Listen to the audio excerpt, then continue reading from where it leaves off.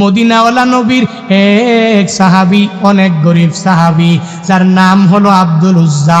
ওই বান্দা ইসলাম ধর্ম গ্রহণের পূর্বে নাম আব্দুল উজ্জা, যখন ধর্ম গ্রহণ করলেন তার নাম হয়ে গেল আব্দুল্লাহ। এই আব্দুল উজ্জা ইসলাম ধর্ম গ্রহণ করার বড় করুণ পরিণতির ঘটনা। এমন কষ্ট করে করে ইমান এনে এনে বান্দা মুসলমান হয়ে গেলেন। এই আব্দুল উজ্জার ছোটবেলা থেকে মা দুনিয়া থেকে চলে গেল। এবার মা সারা আস্তে আস্তে যখন বড় হয়ে যায়, বাবা অন্য একটা নারী বিয়ে করার পরে আপন মা নাই, সৎ মা যখন হয়ে গেল, ওই আব্দুল উজ্জা যখন মায়ের আদর পায় না, এবার সৎ মায়ের কাছে কাছে অল্প দিন বড় হয়ে যাওয়ার পরে হঠাৎ করে বাবাটা দুনিয়া থেকে বিদায় হয়ে যায়। আব্দুল উজ্জার এই দুনিয়াতে যখন মাটা হারায়া ফেলে, যখন বাবাটাও আব্দুল উজ্জা হারায়া ফেলে, ওই আব্দুল উজ্জারে তার সৎ মা বলে বলে, হে সন্তান আমার, যাও যাও, তোর চাচার কাছে আমি তোরে দিয়া দিলাম, ওই চাচার কাছে তুই আস্তে আস্তে বড় হয়ে যাবা, ওই চাচার কাছে তুই লালিত পালিত হয়ে যাবা। চাচার দরবারে যখন আব্দুল উজ্জারে মা দিয়া দিলেন, চাচার কাছে দিনাতিবাদ করে একদিন চলে যায়, 2 দিন চলে যায়, 3 দিন চলে যায়। ওই আব্দুল উজ্জা হঠাৎ করে একদিন চাচার সাথে খানার প্লেটের মধ্যে বসে যায়। ওই চাচারে জিগায়, চাচা আমার এই খানা তো আমার ভেতর দিয়া মুখ দিয়া যায় না। যখন এই কথা বলে আমি খাচ্ছি, তুই কেন খাও না? এবার চাচা এই কথা বলার পরে ভাতিজা জানায়া দেয়, হঠাৎ করে ওই মদিনার মধ্যে একটা মানুষ, যেই মানুষটা কালিমার দাওয়াত সবার কাছে, ওই মানুষের প্রেম আমার অন্তরের মধ্যে চলে আসলো। ও চাচা, ওই মানুষটা কেমন? ওই মানুষের ব্যাপারে আপনি একটু আমাকে জানায়া দেন। চাচা বলে, হে ভাতিজা আমার, ওই মানুষটা এত ভালো, ওই তার এলাকার মধ্যে তার মতো ভালো কেউ নাই। আমার মদিনাওয়ালা নবীরে যখন তার চাচা ভালো বলে ঘোষণা দিয়া দিলেন, এই কথা বলতে দেরি, বলে, চাচা আপনিও যেহেতু বলেছেন ভালো, আমি সবার জবান থেকে শুনেছি আমার নবীর মতো ভালো মানুষ নাকি আর কেউ নাই। ওই নবী যেই কালিমার দাওয়াত দিয়া দেয়, আমি আপনার সামনে বসিয়া বসিয়া এই খানার প্লেটের মধ্যে বসিয়া আমি এই জায়গায় কালেমা পড়ে পড়ে মুসলমান হয়ে গেলাম। লা ইলাহা ইল্লাল্লাহু মুহাম্মাদুর রাসূলুল্লাহ। কালিমা পড়ে পড়ে মুসলমান হয়ে গেলেন। চাচার সামনে ভাতিজা যখন কালিমা পড়লেন, এবার চাচা তো মেজাজ বড় গরম হয়ে গেল। বলে, এখন থেকে তোর ধর্ম আলাদা, আমার ধর্ম হলো আলাদা, তোর ইবাদত আলাদা, আমার পূজা হবে আলাদা, এখন থেকে তোর সব কিছু ভিন্ন ভিন্ন হয়ে যাবে, আর আমারও হয়ে যাবে সব ভিন্ন ভিন্ন। তোর মা দুনিয়াতে নাই, তোর বাবাটাও দুনিয়ার মধ্যে বেঁচে নাই। এ ভাতিজা, এখন তো সব তুই আমারে দেওয়া লাগবে। এক এক এক করে তার সব কিছু চিনাইয়া নেওয়ার জন্য যখন ভাতিজার কাছে বলতে লাগলেন, ভাতিজাও ইমানের বলে বলিয়ান হইয়া এক এক করে সব দিয়া দিলেন। আর চাচারে বলে, চাচা আমি আমার ইমান আনতে গিয়া সব আপনারে দিতে রাজি হয়ে যাব, আর আপনারে সব দিয়া দিলাম, সব আপনি এক এক করে বুঝিয়া লইয়া লন। ওই চাচার কাছে যখন সব দিয়া দেয়, লাশ পর্যায়ে যাইয়া যখন একটা লুঙ্গি বাকি আছে, আর কিছুই নেই, ওই চাচা তখন ভাতিজারে বলে, হে ভাতিজা আমার, তুই যে পরনের মধ্যে লুঙ্গি পরেছো, এই লুঙ্গিটাও তুই আমারে দিয়ে দেওয়া লাগবে। এই লুঙ্গি নিয়েও তুই কোথাও যেতে পারবি না, কারণ এই লুঙ্গিটাও আমি চাচার টাকা দিয়াই কেনা। এই লুঙ্গিটা আমার দাও, এই লুঙ্গিটা আমাকে দিয়ার পরে তুই যেতায় মন চায় সেতায় চলে যাও। ওই ভাতিজা 18 বছর বয়সের যুবকটা মাটির নিচে তাকাইয়া আল্লাহর দরবারে চোখের পানি ফালায়া বলে, ও দয়ার মালিক, আমার চাচা আমার সব নিয়া চলে গেল, আমি আফসোস করি নাই, এখন যে আমার লুঙ্গিটা দেওয়ার জন্য তো আমার কাছে আবদার করে। ও আল্লাহ, আমি যুবক, আমার যদি লুঙ্গিটাও নিয়া চলে যায়, তাহলে লজ্জাস্থানের হেফাজত করে আমি চলতে পারলাম না, এই লজ্জাস্থান ঢাকিয়া ঢাকিয়া আমি চলতে পারলাম না। ওই ভাতিজা মাটির দিকে তাকায়, চোখের পানি ফালাইয়া যখন আল্লাহর দরবারে কান্না করে, ওদিকে ওই চাচা তো আর সহ্য হয় না। ওই চাচা বলে, ভাতিজারে ইমানটা ছাড়ো, যদি ইমানটা যদি না ছাড়ো, তাহলে আমার লুঙ্গি দাও, দাও, আর যদি লুঙ্গি দিতে না পারো তাহলে তুই ইমানটারে সারিয়া দাও।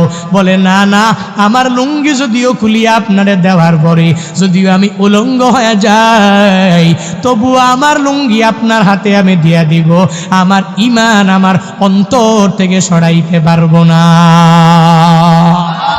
হে কুকসা এলাকার যুবকেরা, মনোযোগ দিয়ে শুনো, ঈমান আনার পরে তোমার কষ্ট করা লাগে নাই, নিজের মায়েরাও হারাইতে হয় নাই, নিজের বাবারেও বান্দা হারাইতে হয় নাই। ঈমান আনার পরে একটা টাকাও তো ঈমানের পথে খরচ করা লাগে নাই, ইসলামের পথে খরচ করা লাগে নাই, একটা ফোঁটা রক্ত তোর জমিনের মধ্যে ঢালা লাগে নাই, তোর লজ্জাস্থানের লুঙ্গিটাও হারাইয়া যায় নাই। হে যুবকেরা, দেখ ঈমান আনতে গিয়া কি পরিমাণ সব হারায়া ফেললো। এবার যখন তার লুঙ্গিটাও দিয়ে দেওয়া লাগবে, লুঙ্গিটা সে খুলিয়া পরনের লুঙ্গিটা চাচার কাছে দিয়া দৌড়াইয়া সৎ মায়ের সামনে হাজির হয়ে যায়। সৎ মায়ের বাসার সামনে যাইয়া ওই মাকে মায়া বরণিয়া মায়েরে যখন ডাক দেয়, একবার যখন মায়েরে ডাক দেয়, দুইবার যখন মায়েরে ডাক দেয়, তিনবার যখন মারে মা বলে ডাক দিয়া দেয়, ওই মা দৌড়াইয়া আইসা দরওয়াজাটা খুলিয়া দেখি সন্তান উলঙ্গ, ওই সন্তানের পরনের মধ্যে কোনো কিছু নাই। মা দুইটা চোখের মধ্যে হাতটাকে ধরিয়া ধরিয়া এবার মা বলে, হে সন্তান আমার, তোর অবস্থা কে করলো, কেমন কি জন্য হয়ে গেল, কে তোরে এমন করলো? আব্দুল উজ্জা জানায়া দেয়, ও মা গো, এই দুনিয়াতে আমার মা দুনিয়ায় বেঁচে নাই, আমার বাবা বেঁচে নাই, আপনি আমার এখন মা। ও মা, চাচার ঘরে আমি জন্মগ্রহণ করার পরে, আমি বড় হওয়ার পরে, যখন আমি দিনাতিপাত করতেছিলাম চাচার ঘরে, লালিত পালিত হয়েছিলাম আমি চাচার ঘরে, কিন্তু এই চাচার সামনে বসিয়া যখন আমি কালিমা পড়ে পড়ে মুসলমান হয়ে গেলাম, তখন চাচা আমার সব কিছু নিয়ে চলে গেল, এমনকি আমার পরনের লুঙ্গিটাও খুলিয়া নিয়ে চলে গেল।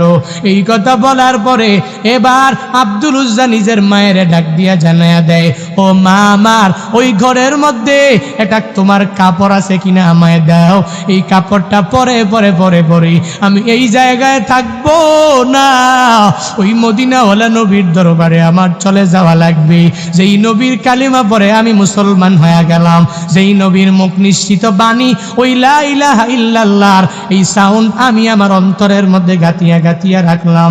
সৎমা বলে, আমার কাছে তো কোনো কাপড় নাই, তুই জানো আমি গরিব।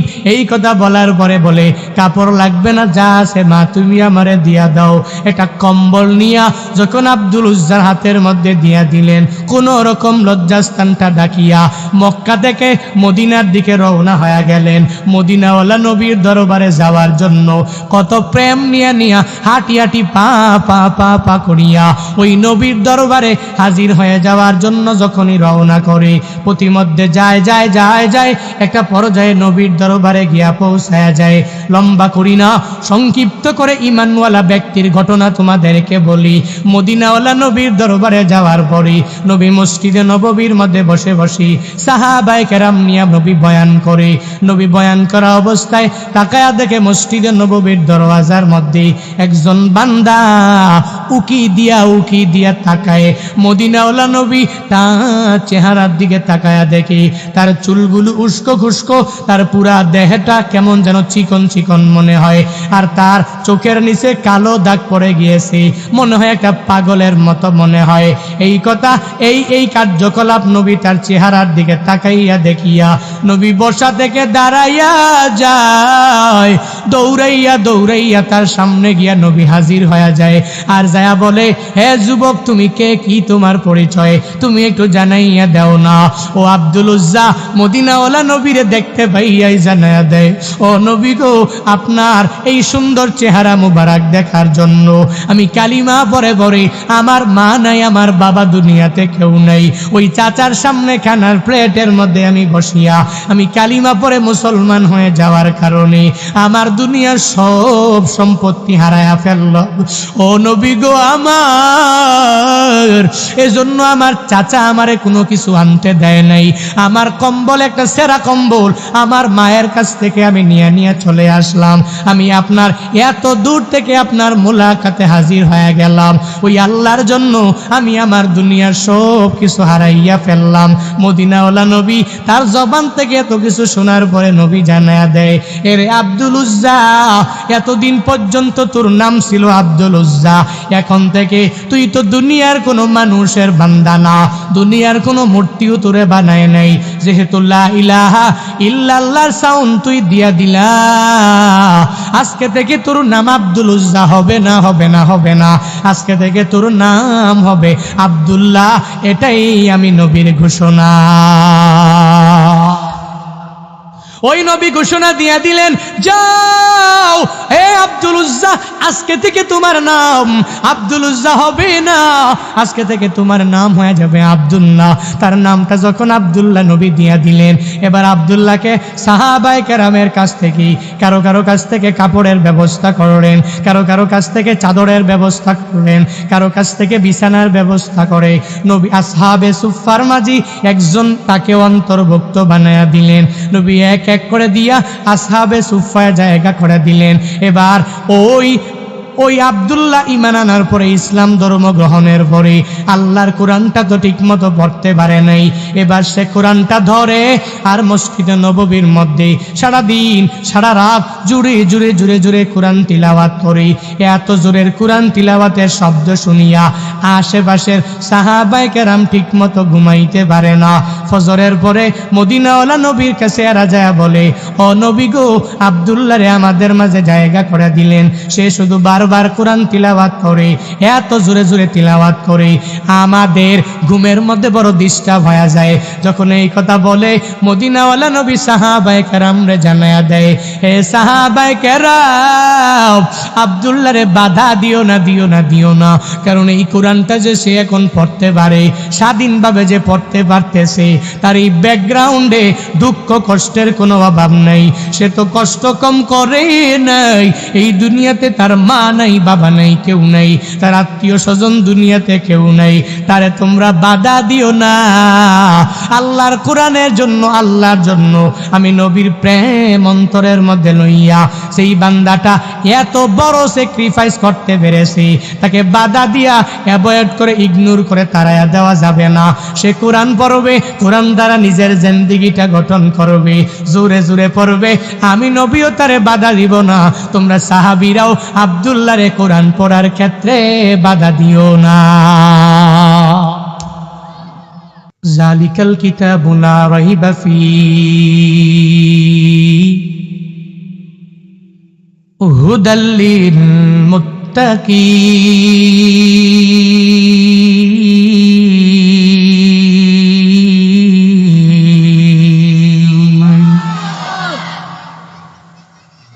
আল্লাহ বলেন, এই কিতাব তো ওই কিতাব যেই কিতাবের মাঝে বিন্দু মাত্র পরিমাণ কোনো সন্দেহ নাই। কোনো সন্দেহরও বান্দা, কোনো অবকাশ তুই কোরআনের মধ্যে খুঁজে পাবা না।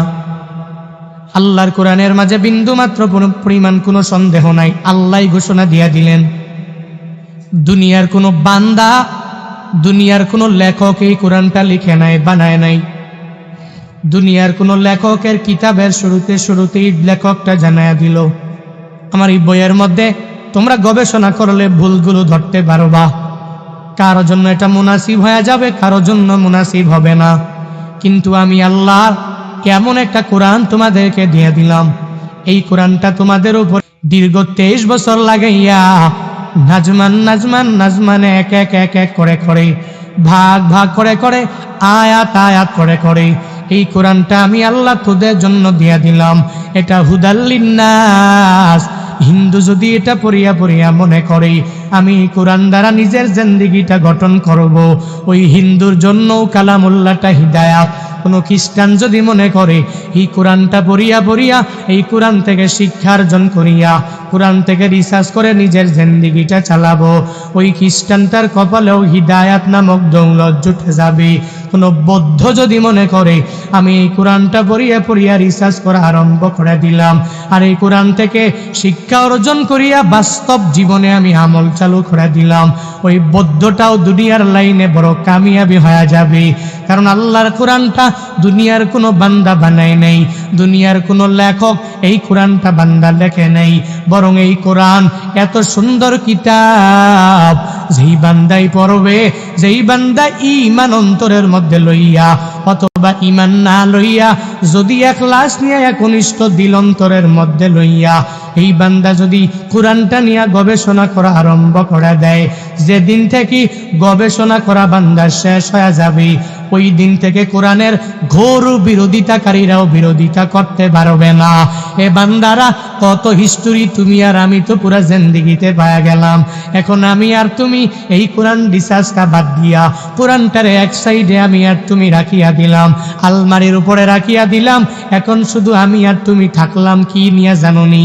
বলে ফেসবুকের মধ্যে কারে নিয়ে একটু ট্রল করা যাবে, কারে নিয়ে একটা ভিডিও বানানো যাবে, কারে একটু বাস দিয়া তার সম্মানটাকে ওই দুলার মধ্যে মিশাইয়া দেওয়া যাবে। কোন মুসলমান ধনী হয়ে গেল, কে বড় টাকাওয়ালা হয়ে গেল, কে বড় সম্মান পাওয়া গেল, কে বড় সর্দার অধিপতি হয়ে গেল, কে এই চেয়ারের মধ্যে বসিয়া গেল, দুনিয়াতে কে বড় মেম্বার হয়ে গেল, কে চেয়ারম্যান হয়ে গেল, কে এমপি হয়ে গেল, কে মন্ত্রী হয়ে গেল, এই চিন্তা নিয়ে তুমি আর আমি আগাইয়া গেলাম। কিন্তু ওদিকে তাকা দেখ, আল্লাহর কোরআনের এত সুন্দর সুন্দর এই মহিমান্বিত বাণীগুলো পড়িয়া কত বড় বড় খ্রিস্টানেরাও কালিমা পরে পরে মুসলমান হয়ে যায়। হে আল্লাহর বান্দারা, হে খুকসা এলাকার যুবকেরা, তোমরা যদি মনে করো হুজুর এই কথা তো আগের জামানায় আমি অনেক শুনলাম, আগের দিনের হুজুরের কাছেও আমি শুনলাম, কোরআন পড়ে পড়ে কত মানুষ এই কোরআন পড়ে হিদায়াত পেয়ে গেল, ইসলাম ধর্মের এই সুমহান শান্তির নিচে বান্দাগুলো চলে আসলো। বর্তমান জামানার একটা ঘটনা আপনি আমাদেরকে শুনাইয়া দেন, তোমাদেরকে শুনাইয়া দেই। এই যে কয়েকদিন আগে, বেশি দিন তো হয় নাই, আমেরিকার এক খ্রিস্টান পাদ্রী যার নাম হলো হিলারিয়ন হিগে, আল্লাহর এই কোরআনটা খ্রিস্টানদের বড় বড় লিডারেরা তার হাতের মধ্যে দিয়া দিল আর বলল এই কোরআনটাকে রিসার্চ করে ভুল বের করা লাগবে। সে হিলারিয়ন হিগে আল্লাহর কোরআনটা লইয়া এই কোরআনের ভুল ধরার জন্য কি পরিমাণ পাগল পারা হইয়া রিসার্চ করা শুরু করে দিল, এক এক করে কোরআনের রিসার্চ করা আরম্ভ করে দিল। কিন্তু তাকায়া দেখ, আল্লাহর এই কোরআনটা পরে পরে পরে পরে গবেষণা করে এই কোরআনের রিসার্চ করার পরে ফলাফল কি হয়ে গেল জানোনি? সে আল্লাহর কোরআনটা রিসার্চ করে করে কোরআনের ভুল ধরতে পারে নাই, বরং কালেমা পরে পরে হিলারিয়ন হিগে মুসলমান হয়ে গেল। আল্লাহর এই কোরআন পরে পরে পরে পরে পরে আল্লাহর এই বান্দা কালেমা পরে যখন মুসলমান হয়ে যায়, আমেরিকান বড় বড় বড় বড় নেতারা তারা হতাশার মধ্যে পড়ে গেল। কেমনে কি? তারা দিলাম কোরআনের ভুল ধরার জন্য, সেই কোরআন ভুল ধরবে দূরের কথা, বরং কোরআন রিসার্চ করে কালেমা পরে মুসলমান হয়ে গেল। তারা বড় চিন্তার মধ্যে পড়ে গেল, বড় একটা পেরেশানির মধ্যে তারা পড়ে গেল। ওই লোকেরা এবার চিন্তা ভাবনা করে করে হিলারিয়ন হিগের এদের সামনে যখন ডাকলো আর সামনে দাঁড় করায়া দিল আর জানায়া দেয়, হে হিলারিয়ন হিগে, আল্লাহর কোরআনটা দিলাম ভুল ধরার জন্য, তুমি ভুল ধরতে পারলা না, বরং এই কোরআনটা পরে পরে আবার কেন ঈমান আনলা?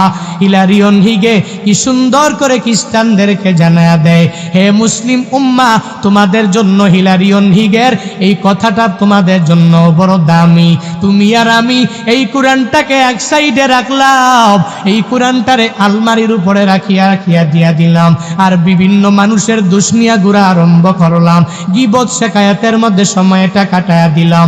হিলারিয়ন হিগে আমেরিকান বড় লিডারদের সামনে জানায়া দেয়, আমি এই কোরআনটা পরে পরে পরে পরে দেখলাম এই কোরআনে কোনো ভুল পাই নাই, আল্লাহর এই কোরআনটা পরে পরে দেখলাম দুনিয়ার কোনো কিতাব, দুই তিনটা কিতাবের মতো বইয়ের মতো এই বইটা হতে পারে না, এই কোরআন একজনের কালাম, চিল্লা বলো তার না। আল্লাহর এই কোরআন পড়ে পড়ে পড়ে আমি ঈমান এনে মুসলমান হয়ে গেলাম। আর ইসলাম ধর্ম কেন গ্রহণ করলাম জানোনি? কারণ এই ধর্মের মতো এত সুন্দর ধর্ম আর একটা আছে নাকি? আছে? দুনিয়ার কোন ধর্মে এত পরিমাণ শান্তি নাই, এত পরিমাণ সুন্দর দিক নির্দেশনা নাই। ওই ইসলামটা পাইয়া, ওই কোরআনটা পাইয়া, এরপরেও তুই কোরআন দ্বারা গঠন করতে পারো নাই জিন্দেগি। বলে হুজুর কেমনে করব? এখন তো কোরআন নিয়ে কথা বলা অনেক ব্যাপারে ঝামেলা। মাঝে মাঝে কিছু এলাকায় যাওয়ার পরে আগেই বয়ানের আগেই জানায়া দেয়, হুজুর কোরআন নিয়ে বয়ান করবেন, কোনো অসুবিধা নাই, কিন্তু কারো বিরুদ্ধে যেন না যায় ওই ব্যাপারে বয়ান করবেন না। আর যদি করেন আমগো এলাকার বড় বড় নেতারা আপনার পিছনে লেগে যাবে, বিভিন্ন সময় আপনার বড় ক্ষতি হয়ে যেতে পারে। এক জায়গায় বয়ান করে বাসার মধ্যেও যেতে পারি নাই, এদের এলাকায় থাকতেই আমার মাঝ পথে বড় লিডারেরা আটকায়া দিল আর বলল আপনি কোরআন হাদিসের বয়ান করবেন, ভালো কথা, কিন্তু আমগরে নিয়ে কেন বয়ান করলেন? আমি তাকে বললাম আমি তো আপনাদেরকে নাম ধরে বয়ান করি নাই, কোরআন নিয়ে গবেষণা করে করে আল্লাহর কোরআনের তিলাওয়াত করে করে আয়াত নিয়ে যখনই বান্দা কোনো ব্যাখ্যা করবে, সুদি লেনদেন যেই বান্দা করে ওই বান্দার গায়ের মধ্যে এমনিতেই পড়ে যাবে। যেই ব্যক্তি এলাকার মধ্যে ঘুষ খায় ওই ব্যক্তির গায়ের মধ্যে অটোমেটিক পড়ে যাবে। যেই মেম্বারেরা মানুষের আটকাইয়া আটকাইয়া এলাকার মধ্যে মানুষের জুলুম নির্যাতন করে, জালেমের খাতায় নামটা উঠায়া দেয়, কোরআনের আয়াত পরে ব্যাখ্যা করলে ওই মেম্বারের গায়ের মধ্যে অটোমেটিক পড়ে যাবে, ওই চেয়ারম্যানের উপরে অটোমেটিক বয়ানটা চলে যাবে। তো যদিও তোমাদের উপরে চলে যায়, কিন্তু আল্লাহর কোরআন মহা সত্য এক বাণী, এটা প্রচার করার দায়িত্ব আল্লাহ দিয়া দিলেন। যতই ডান্ডা বিড়ি পড়াও, ওলামায়ে কেরাম এই ডান্ডা বিড়িরে ভয় পায় না, ওলামায়ে কেরাম জেলখানারে ভয় পায় না। একজন আটকাইছো, দুইজন, তিনজন, চারজন আটকায়া দিলা, আল্লাহর কোরআনের বাতি আমার আল্লাহ ওলামায়ে কেরামের মাধ্যমে কিয়ামত পর্যন্ত জ্বালায়া রাখবে। দুনিয়ার কোনো বান্দা এই বাতিকে নিভাতে পারবে না। ঠিক কিনা বলো? আল্লাহর এই কোরআনের বাতি, আল্লাহর এই বড় ধর্মের এই বাতি দুনিয়ার কোনো বান্দা জ্বালায় নাই, আল্লাহ নিজেই জানায়া দিলেন কোরআনটা বাতি, ইসলামটা হলো বাতি। এই বাতির যে আলো, এই আলো তো নূরুম মিনাল্লাহ, আল্লাহর পক্ষ থেকে আল্লাহ গিফটেড এক পাওয়ার, আল্লাহ গিফটেড বান্দা এই আলো। এই আলো নিয়া যেই বান্দা দুনিয়াতে চলবে, মাঝে মাঝে এই বান্দা দুনিয়ার লাইনে ক্ষতিগ্রস্ত হয়ে যাবে, তবে অসুবিধা নাই। আল্লাহর কোরআন দ্বারা যদি জিন্দেগিটা গঠন করে নাও, দুনিয়ার লাইনে টাকা পয়সা মাঝে মাঝে কমতি হয়ে যাবে, মাঝে মাঝে অন্য কোনো মানুষের জুলুমের শিকার হওয়া লাগবে, মাঝে মাঝে অন্য কোনো মানুষের নির্যাতনের শিকার হওয়া লাগবে, কিন্তু মনে রাখবা দুনিয়াটা যদিও জেলখানা, আখিরাতে তোমাদের জন্য রয়েছে জান্নাত। দুনিয়া সিজনুল মুমিন ওয়া জান্নাতুল কাফির, দুনিয়াটা মুমিনদের জন্য জেলখানা, কাফেরদের জন্য বান্দা বালাখানা। আল্লাহর পক্ষ থেকে আদেশ নিয়ে তোমার আমার আগাইয়া যাওয়া লাগবে, আল্লাহর কোরআন পড়া লাগবে, ওই কোরআনের কথাগুলো মানুষের শুনাইয়া দেওয়া লাগবে। নিজে একা একা নামাজি হলে হবে না, আরেকজনেরও নামাজি বানা লাগবে।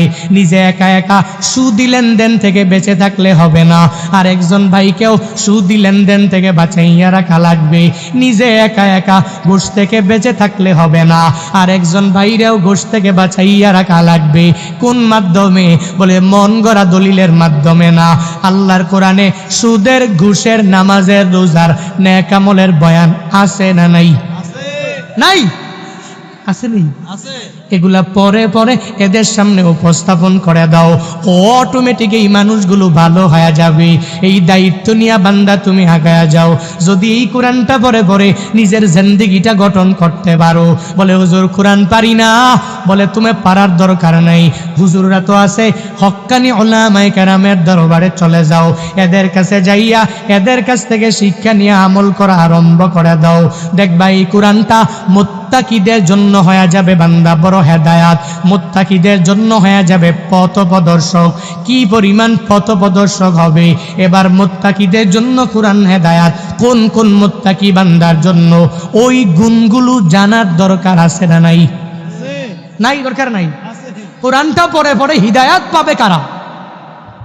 এই গুণগুলো, এই গুণে আমার আপনার গুণান্বিত হওয়া লাগবে। এবার এই গুণগুলোর মধ্যে সর্বপ্রথম যেই গুণ, ওই গুণের নাম হলো ঈমান। কি? ঈমান। আহা বলে না কি? এটা কার ঘোষণা, আমার না আল্লাহর? আল্লাযীনা ইউমিনুনা বিল গায়ব ওয়া ইউকিমুনাস সালাহ ওয়া মিম্মা রাযাকনাহুম ইউনফিকুন।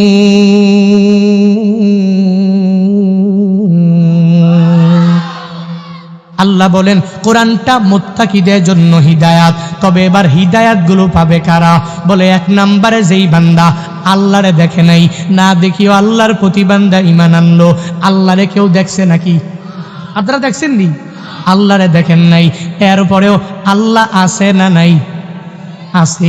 এই বিশ্বাস অন্তরের মধ্যে নিয়ে আপনি চলেন, আল্লাহ আছে এই চিন্তা নিয়ে আপনি আগায়া যান। বলে এই চিন্তা নিয়ে যেই বান্দা আগায়, ওই বান্দা তো দুনিয়াতে ইমানদার, ওই বান্দা তো দুনিয়াতে ইমানওয়ালা, ওই বান্দার ইমানের পাওয়ারও বান্দা অনেক।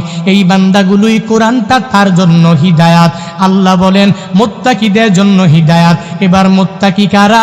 আল্লাযীনা ইউমিনুনা বিল গায়ব, যারা আল্লাহরে না দেখিয়াও যেই বান্দা ঈমান আনলো, যেই বান্দা মদিনাওয়ালা নবীরে পায় নাই, এরপরেও নবীর প্রতিও বান্দা ঈমান আনলো।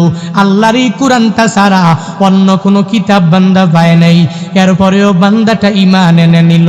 এবার ঈমানটা কার মতো আমার আপনার আনা লাগবে, এটাও জানার দরকার আছে।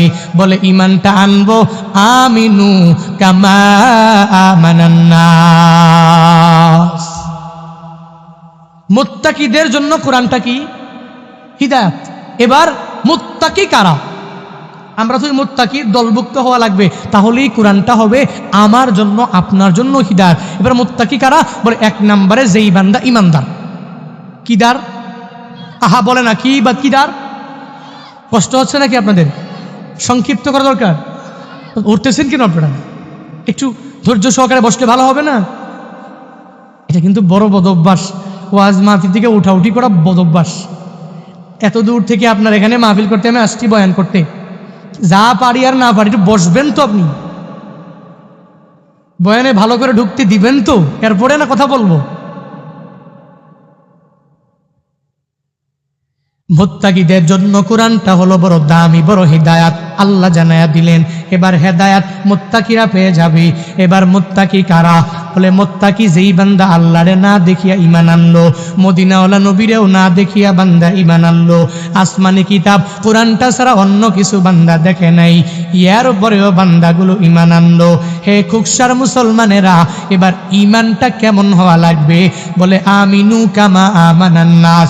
সাহাবায়ে কেরাম যেভাবে ঈমান আনলেন, ওইভাবে তুমি আর আমি ঈমান আনা লাগবে। আমি আর আপনি যেভাবে ঈমান আনলাম, বলে বাবা মুসলমান, দাদা মুসলমান, আমার আপনার বড় আব্বা মুসলমান, এই জন্য এদের ঘরে জন্ম নেওয়ার কারণে আমি আর আপনি মুসলমান হয়ে গেলাম। এই জার ধরিয়ে আমরাও মুসলমান হয়ে গেলাম। এই তো এই কারণে আমরা মুসলমান। না না, এরকম ইমানদার হলে হবে না। কি পরিমাণ ইমানদার হওয়া লাগবে আল্লাহ জানায়া দিলেন। আমিনু কামা আমানান নাস, ঈমান এনে নাও। বলে সাহাবায়ে কেরামের মতো তুমি বান্দা ঈমান এনে নাও। যেই সাহাবীরা ঈমান আনতে গিয়া তরবারির সামনেও যদিন দাঁড়ায়া গেলেন, তখনও ঈমান ছাড়ে না, তখনও কালিমা ছাড়ে না। যেই সাহাবায়ে কেরামরা ঈমান আনতে গিয়া নিজের পোশাক পরিচ্ছদ সব কেড়ে কেড়ে নিয়ে গেলেন, এরপরেও ঈমান ছাড়ে না। এদের মতো তুমি ঈমানটারে মজবুত করে নাও। ওই যে সাহাবীর ঘটনা, আব্দুল উজ্জার জিন্দেগি সব নিয়ে নিয়ে চলে গেল, এরপরেও আব্দুল উজ্জা কালেমা ছাড়ে না, এরপরেও ঈমান ছাড়ে না, এরপরেও আল্লাহর প্রেম অন্তরের মধ্যে নিয়ে নিয়ে আগায়া যায়। হে আল্লাহর বান্দারা, ওই গাইবের প্রতি ঈমানটা কেমনে আনা লাগবে? কি পরিমাণ সাহাবায়ে কেরাম আনলো, আর কি পরিমাণ হিদায়াত পাওয়া গেল, আবার আল্লাহর দরবারেও কি পরিমাণ লাভবান হয়ে গেল। একটু মনের কান লাগায়া বান্দা শুনে নাও। মদিনাওয়ালা নবীর এক সাহাবী, অনেক গরিব সাহাবী, যার নাম হলো আব্দুল উজ্জা। ওই বান্দা ইসলাম ধর্ম গ্রহণের পূর্বে নাম আব্দুল উজ্জা, যখন ধর্ম গ্রহণ করলেন তার নাম হয়ে গেল আব্দুল্লাহ। এই আব্দুল উজ্জা ইসলাম ধর্ম গ্রহণ করার বড় করুণ পরিণতির ঘটনা। এমন কষ্ট করে করে ইমান এনে এনে বান্দা মুসলমান হয়ে গেলেন। এই আব্দুল উজ্জার ছোটবেলা থেকে মা দুনিয়া থেকে চলে গেল। এবার মা সারা আস্তে আস্তে যখন বড় হয়ে যায়, বাবা অন্য একটা নারী বিয়ে করার পরে আপন মা নাই, সৎ মা যখন হয়ে গেল, ওই আব্দুল উজ্জা যখন মায়ের আদর পায় না, এবার সৎ মায়ের কাছে কাছে অল্প দিন বড় হয়ে যাওয়ার পরে হঠাৎ করে বাবাটা দুনিয়া থেকে বিদায় হয়ে যায়। আব্দুল উজ্জার এই দুনিয়াতে যখন মাটা হারায়া ফেলে, যখন বাবাটাও আব্দুল উজ্জা হারায়া ফেলে, ওই আব্দুল উজ্জারে তার সৎ মা বলে বলে, হে সন্তান আমার, যাও যাও তোর চাচার কাছে আমি তোরে দিয়া দিলাম, ওই চাচার কাছে তুই আস্তে আস্তে বড় হয়ে যাবা, ওই চাচার কাছে তুই লালিত পালিত হয়ে যাবা। চাচার দরবারে যখন আব্দুল উজ্জারে মা দিয়া দিলেন, চাচার কাছে দিনাতিপাত করে একদিন চলে যায়, 2 দিন চলে যায়, 3 দিন চলে যায়। ওই আব্দুল উজ্জা হঠাৎ করে একদিন চাচার সাথে খানার প্লেটের মধ্যে বসে যায়। ওই চাচার জিগায়, চাচা আমার এই খানা তো আমার ভেতর দিয়া মুখ দিয়া যায় না। যখন এই কথা বলে আমি খাচ্ছি তুই কেন খাও না? এবার চাচা এই কথা বলার পরে ভাতিজা জানায়া দেয়, হঠাৎ করে ওই মদিনার মধ্যে একটা মানুষ, যেই মানুষটা কালিমার দাওয়াত সবার কাছে দিয়া দেয়, ওই মানুষের প্রেম আমার অন্তরের মধ্যে চলে আসলো। ও চাচা, ওই মানুষটা কেমন? ওই মানুষের ব্যাপারে আপনি একটু আমাকে জানায়া দেন। চাচা বলে, হে ভাতিজা আমার, ওই মানুষটা এত ভালো, ওই তার এলাকার মধ্যে তার মতো ভালো কেউ নাই। আমার মদিনাওয়ালা নবীরে যখন তার চাচা ভালো বলে ঘোষণা দিয়া দিলেন, এই কথা বলতে দেরি, বলে চাচা আপনিও যেহেতু বলেছেন ভালো, আমি সবার জবান থেকে শুনেছি আমার নবীর মতো ভালো মানুষ নাকি আর কেউ নাই।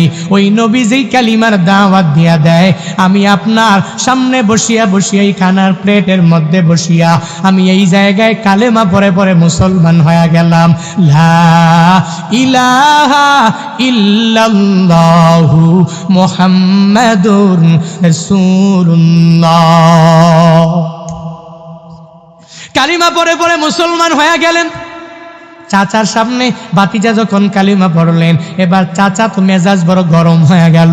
বলে, এখন থেকে তোর ধর্ম আলাদা, আমার ধর্ম হলো আলাদা, তোর ইবাদত আলাদা, আমার পূজা হবে আলাদা। এখন থেকে তোর সব কিছু ভিন্ন ভিন্ন হয়ে যাবে, আর আমারও হয়ে যাবে সব ভিন্ন ভিন্ন। তোর মা দুনিয়াতে নাই, তোর বাবাটাও দুনিয়ার মধ্যে বেঁচে নাই। এ ভাতিজা, এখন তো সব তুই আমারে দেওয়া লাগবে। এক এক এক করে তার সব কিছু চিনাইয়া নেওয়ার জন্য যখন ভাতিজার কাছে বলতে লাগলেন, ভাতিজাও ইমানের বলে বলিয়ান হইয়া এক এক করে সব দিয়া দিলেন। আর চাচারে বলে, চাচা আমি আমার ইমান আনতে গিয়া সব আপনারে দিতে রাজি হয়ে যাব, আর আপনারে সব দিয়া দিলাম, সব আপনি এক এক করে বুঝিয়া লইয়া লন। ওই চাচার কাছে যখন সব দিয়া দেয়, লাশ পর্যায়ে যাইয়া যখন একটা লুঙ্গি বাকি আছে আর কিছুই নাই, ওই চাচা তখন ভাতিজারে বলে, হে ভাতিজা আমার, তুই যে পরনের মধ্যে লুঙ্গি পরেছো, এই লুঙ্গিটাও তুই আমারে দিয়ে দেওয়া লাগবে। এই লুঙ্গি নিয়েও তুই কোথাও যেতে পারবি না, কারণ এই লুঙ্গিটাও আমি চাচার টাকা দিয়াই কেনা। এই লুঙ্গিটা আমার দাও, এই লুঙ্গিটা আমাকে দিয়ার পরে তুই যেতায় মন চায় সেতায় চলে যাও। ওই ভাতিজা 18 বছর বয়সের যুবকটা মাটির নিচে তাকাইয়া আল্লাহর দরবারে চোখের পানি ফালায়া বলে, ও দয়ার মালিক, আমার চাচা আমার সব নিয়ে চলে গেল, আমি আফসোস করি নাই। এখন যে আমার লুঙ্গিটা দেওয়ার জন্য তো আমার কাছে আবদার করে, ও আল্লাহ আমি যুবক, আমার যদি লুঙ্গিটাও নিয়ে চলে যায়, তাহলে লজ্জাস্থানের হেফাজত করে আমি চলতে পারলাম না, এই লজ্জাস্থান ঢাকিয়া ঢাকিয়া আমি চলতে পারলাম না। ওই ভাতিজা মাটির দিকে তাকায় যায়, চোখের পানি ফালাইয়া যখন আল্লাহর দরবারে কান্না করে, ওদিকে ওই চাচা তো আর সহ্য হয় না। ওই চাচা বলে, বাতিজারি ইমানটা ছাড়ো, যদি ইমানটা যদি না ছাড়ো তাহলে আমার লুঙ্গি দাও, আর যদি লুঙ্গি দিতে না পারো তাহলে তুই ইমানটারে ছাড়িয়া দাও। বলে, না না, আমার লুঙ্গি যদিও খুলিয়া আপনারে দেওয়ার পরে যদিও আমি উলঙ্গ হয়ে যাই, তবুও আমার লুঙ্গি আপনার হাতে আমি দিয়া দিব, আমার ইমান আমার অন্তর থেকে সরাইতে পারবো না। হে কুকসা এলাকার যুবকেরা, মনোযোগ দিয়ে শুনো, ঈমান আনার পরে তোমার কষ্ট করা লাগে নাই, নিজের মায়েরাও হারাইতে হয় নাই, নিজের বাবারেও বান্দা হারাইতে হয় নাই। ঈমান আনার পরে একটা টাকাও তো ঈমানের পথে খরচ করা লাগে নাই, ইসলামের পথে খরচ করা লাগে নাই, একটা ফোঁটা রক্ত তোর জমিনের মধ্যে ঢালা লাগে নাই, তোর লজ্জাস্থানের লুঙ্গিটাও হারাইয়া যায় নাই। হে যুবকেরা, দেখ ঈমান আনতে গিয়া কি পরিমাণ সব হারায়া ফেললো। এবার যখন তার লুঙ্গিটাও দিয়ে দেওয়া লাগবে, লুঙ্গিটাতে সে খুলিয়া পরনের লুঙ্গিটা চাচার কাছে দিয়া দৌড়াইয়া সৎ মায়ের বাড়ির সামনে হাজির হয়ে যায়।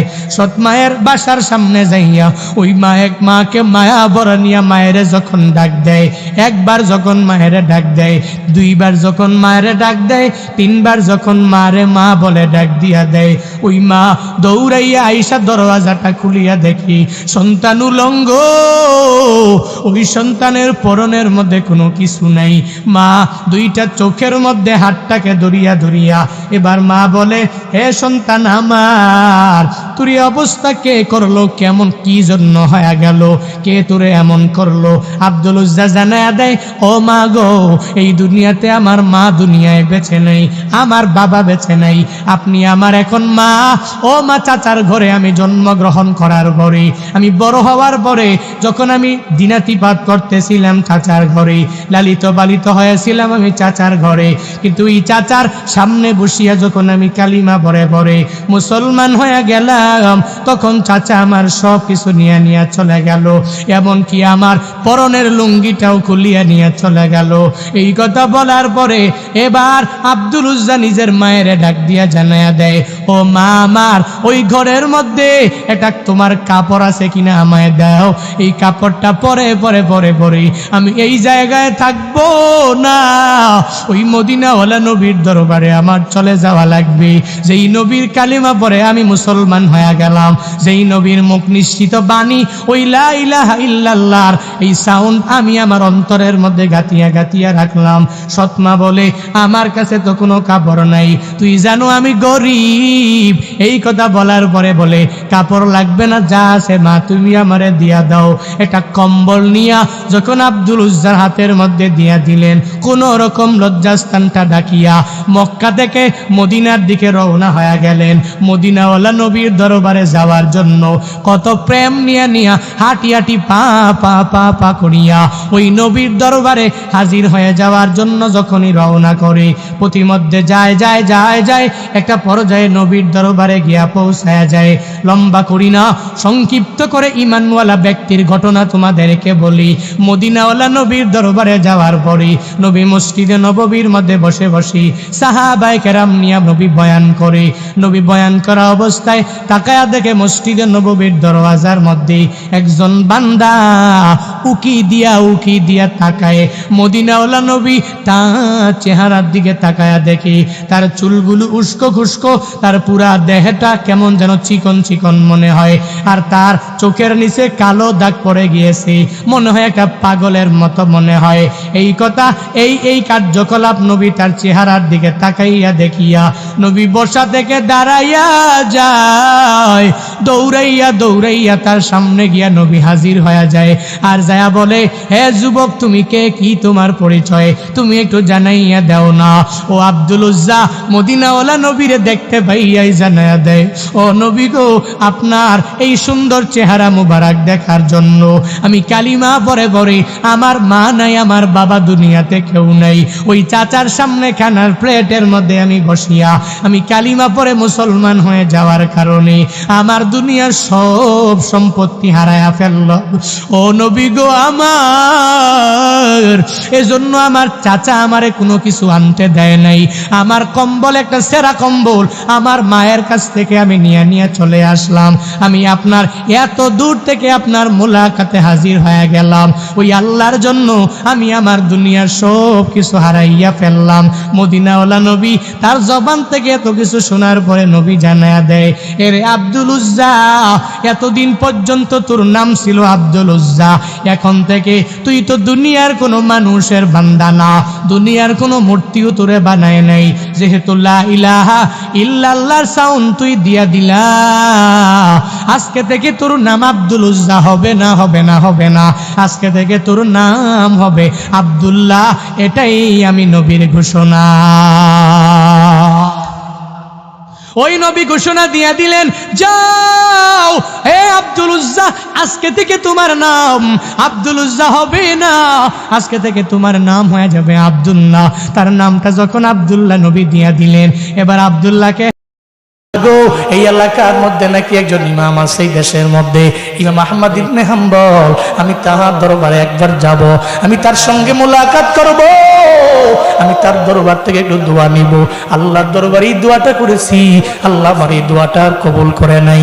আহমদ ইবনে হাম্বল কয়, আই নওজোয়ান, তোমার আস্তাগফিরুল্লাহ আমলের কারণে আল্লাহ তোমার দোয়া এমন ভাবে কবুল করে নিছে, আহমদ ইবনে হাম্বলের দরবারে তোমারে মাওলা নাই, তোমার ইস্তিগফারের আমলের বদৌলতে আল্লাহ আহমদ ইবনে হাম্বলের তোমার দোকানের মধ্যে আইনা দিছে।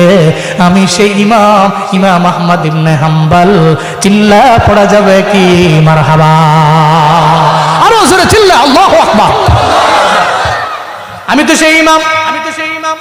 নওজোয়ান কর, আমি তো আপনার সঙ্গে মুলাকাতের জন্য আমার জীবনে আমি আল্লাহর দরবারে বহুতবার আমি আল্লাহকে বলছি, কিন্তু মাওলার কি খেলা রে, আহমদ ইবনে হাম্বলের দরবারে আল্লাহ নওজোয়ারে নেন নাই, বরং তার দোকানের মধ্যে আনছে। শুধু তাই না, আহমদ ইবনে হাম্বল ওই দোকানের মধ্যে 1-2 ঘন্টা থাকবে এমন না, সারা রাত লাগাইয়া তার সামনে থাকবে, জনমের দেখা দেখে নিবে। ইস্তিগফারের আমলের কারণে আল্লাহ পাক বান্দার দোয়া এমন ভাবে কবুল কইরা নেয়, পড়া যাবে কি সুবহানাল্লাহ। আল্লাহ ফজরের নামাজ থেকে নিয়ে শুরু করে সন্ধ্যা পর্যন্ত এমন কোনো নিয়ামত নাই যে আমি খাই নাই, পাই নাই।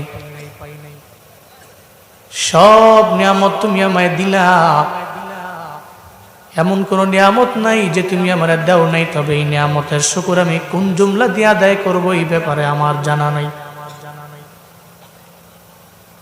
আমি তো কোন মাদ্রাসার মধ্যে যাই নাই, আমি আলেম না, আমি চাইলেও তো বড় একটা জুমলা বানায় তোমার প্রশংসা আমি আদায় করতে পারবো এই ব্যাপারে আমার জানা নাই রে আমার আল্লাহ। তবে আমি তোমার নিয়ামত পাইলাম, নিয়ামত খাইলাম, ওই নিয়ামতের শুকর আদায় করবার বড্ড মনে চায় রে মাওলা। রাত গভীর হয়ে গেছে, আল্লাহর দরবারে ওই বান্দা রবের দরবারে ভাবে আবদার জানাইতে লাগলো। আল্লামা ইবনে কাসির বলেন, বান্দা আল্লাহর দরবারে আবদার জানাইলো। একটা পর্যায়ে বান্দাকে ইলহামের মাধ্যমে জানিয়ে দেওয়া হলো, সেও তার জবান দিয়ে বের করে দিল, ইয়া রাব্বি লাকাল হামদু কামা ইয়ানবাগি লিজালালি ওয়াজহিক ওয়া আযীমি সুলতানি। আল্লাহর প্রশংসা আদায় করলো আমার রবের সালতানাত অনুযায়ী, আমার রবের যে রাজত্ব কর্তৃত্ব ওই অনুযায়ী রবের প্রশংসা বান্দা আদায় করলো, জবান দিয়ে বের করলো। এখন যখন তার জবান দিয়ে বেরি হয়ে গেল, ডান কাঁধে আর বাম কাঁধে 2 জন ফেরেশতা আছে না নাই? জুনায়েদ আল হাবিবের কাঁধে আছে, অন্য কারো কাঁধে নাই। কমিটির কাঁধে আছে, শ্রোতার কাঁধে নাই। শ্রোতার কাঁধে আছে, বক্তার কাঁধে নাই এমন না, সবার কাঁধেই তো আছে। সবার কাঁধের মধ্যে আছে 16 বছর যারা নেতৃত্ব দিল আমার দেশের মধ্যে জুলমের মাধ্যমে, এদের কাঁধে নাই। সবার কাঁধেই তো আছে। জমিনের এমন কোনো মানুষ নাই যেই মানুষের কাঁধের মধ্যে নাই কিরামান কাতিবিন, দুইজন সম্মানিত ফেরেশতা আল্লাহ যাদের দায়িত্ব দিয়ে দিলেন। একজনের কাম হলো নেক লেখা, আর একজনের কাম হলো বদ আমল লেখা। ডান কাঁধে যেই ফেরেশতা আছে সে তো নেক আমল লেখে। এখন তাকে তো আল্লাহ জানিয়ে দিলেন সুবহানাল্লাহর আওয়াজ যদি কোনো বান্দা দেয়, দিতে দেরি, সঙ্গে সঙ্গে আমল নামে 10টা নেকি দিতে দেরি করবা না। বান্দা যদি পড়ে নেই আলহামদুলিল্লাহর আওয়াজ যদি তার জবান দিয়ে বের করে দেয়, তার আমল নামায় সঙ্গে সঙ্গে 10টা নেকি তুমি উঠায়া দিবা।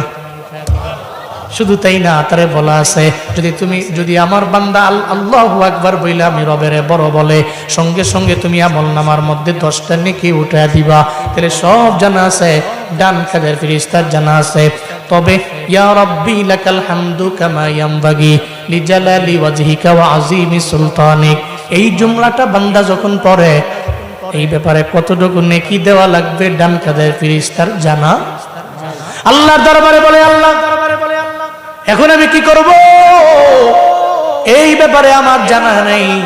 10টা নেকি আমি বান্দার আমল নামায় দিছি সুবহানাল্লাহর কারণে, আলহামদুলিল্লাহর কারণেও দিলাম, আল্লাহু আকবারের কারণেও দিলাম। তবে এই জুমলাটা পড়ার কারণে সে তো তোমার সালতানাত অনুযায়ী তোমার প্রশংসা করলো, তোমার যে কুদরতি যে পাওয়ার, ওই পাওয়ার অনুযায়ী প্রশংসা আদায় করলো। এখন কতটুকু নেকি দেওয়া লাগবে এই ব্যাপারে আল্লাহ তুমি আমারে বলো নাই। আল্লাহ কয় ডান কাঁধের ফেরেশতা আমার বান্দার আমল নামায় এই জুমলা পড়ার বদৌলতে কোনো নেকি দেওয়া লাগবে না, 10টা নেকি দেওয়া লাগবে না, 100 নেকি দেওয়া লাগবে না, 1000 নেকি দেওয়া লাগবে না। আমার বান্দার আমল নামায় 1,00,000 নেকি দেওয়া লাগবে না, মিলিয়ন নেকি দেওয়া লাগবে না, বিলিয়ন ট্রিলিয়ন অক্টিলিয়ন কোনো নেকি বান্দার আমল নামায় প্রয়োজন নাই। বরং যে জুমলাটা জবান দিয়ে বের করলো, ওই পুরা জুমলাটাই আমার বান্দার আমল নামায় তুমি উঠায় দাও। কোনো নেকি দেওয়া লাগবে না, পুরো জুমলা উঠায় দাও। ডান কাঁধের ফেরেশতার সঙ্গে সঙ্গে আমার মাওলারে সওয়াল করে, মাওলা কেন কোনো নেকি দেওয়া লাগবে না, পুরা জুমলাটাই কেন উঠায় দেওয়া লাগবে? আল্লাহ কয় ফেরেশতারে আমার বান্দা আমারে বড় বানাইয়া আমারে বড় বইলার পরে আমার প্রশংসা আদায় করে নিল। আমি আল্লাহ চাই না রে তারে সাধারণ দুনিয়ার কোনো একটা নেক দিয়া আমি আল্লাহ তাকে নেক আমলের পাল্লাটা ভারী বানাবো, এটা আমি আল্লাহ চাই না। বরং পুরা জুমলাটাই যদি তুমি উঠায় দাও, হাসরের ময়দানে আল্লাহ তো চায় না কোনো বান্দা জাহান্নামে যাক, আল্লাহ তো চায় বান্দাটা ঈমান আনার পরে ও জান্নাতি হয়ে যাক। আল্লাহ জান্নাতে দিলে আল্লাহর কোনো লসও নাই, জাহান্নামে দিলেও আল্লাহর কোনো লাভ নাই। আল্লাহর কোনো লাভও নাই, লসও নাই, আমার আল্লাহর কোনো প্রফিটও নাই, কোনো লসও নাই। আল্লাহ কয় ফেরেশতা হাসরের ময়দানে বান্দা যদি বাম হাতে আমল নামা পায়, ও যদি জাহান্নামের দিকে দৌড়ায়, আমি আল্লাহ তখন বলবো দাঁড়াও তোমার আমল নামাটা আমার হাতের মধ্যে দাও, দেখি কোনো একটা আমলের বিনিময়ে ওসিলা দইরা মাফ কইরা জান্নাতে দেওয়া যায় কিনা। আমি আল্লাহ দেখবো, তখন তাকায়া দেখবো এই বান্দার আমল নামায় ইয়া রাব্বি লাকাল হামদু কামা ইয়ামবাগি লিজালালি ওয়াজহিকা ওয়া আযীমি সুলতানিক, এই জুমলাটা ওঠানো। আল্লাহ তখন বলবে ও ফেরেশতারা আমার বান্দা আমাকে বড় বইলা আমি রবের প্রশংসা আদায় করেছে, আমি আল্লাহ তারে জাহান্নামে দিতে পারি না, ওরে জাহান্নাম থেকে ফিরাও, তারে ফিরাইয়া জান্নাতের মধ্যে এই মুহূর্তে ঢুকায়া দাও।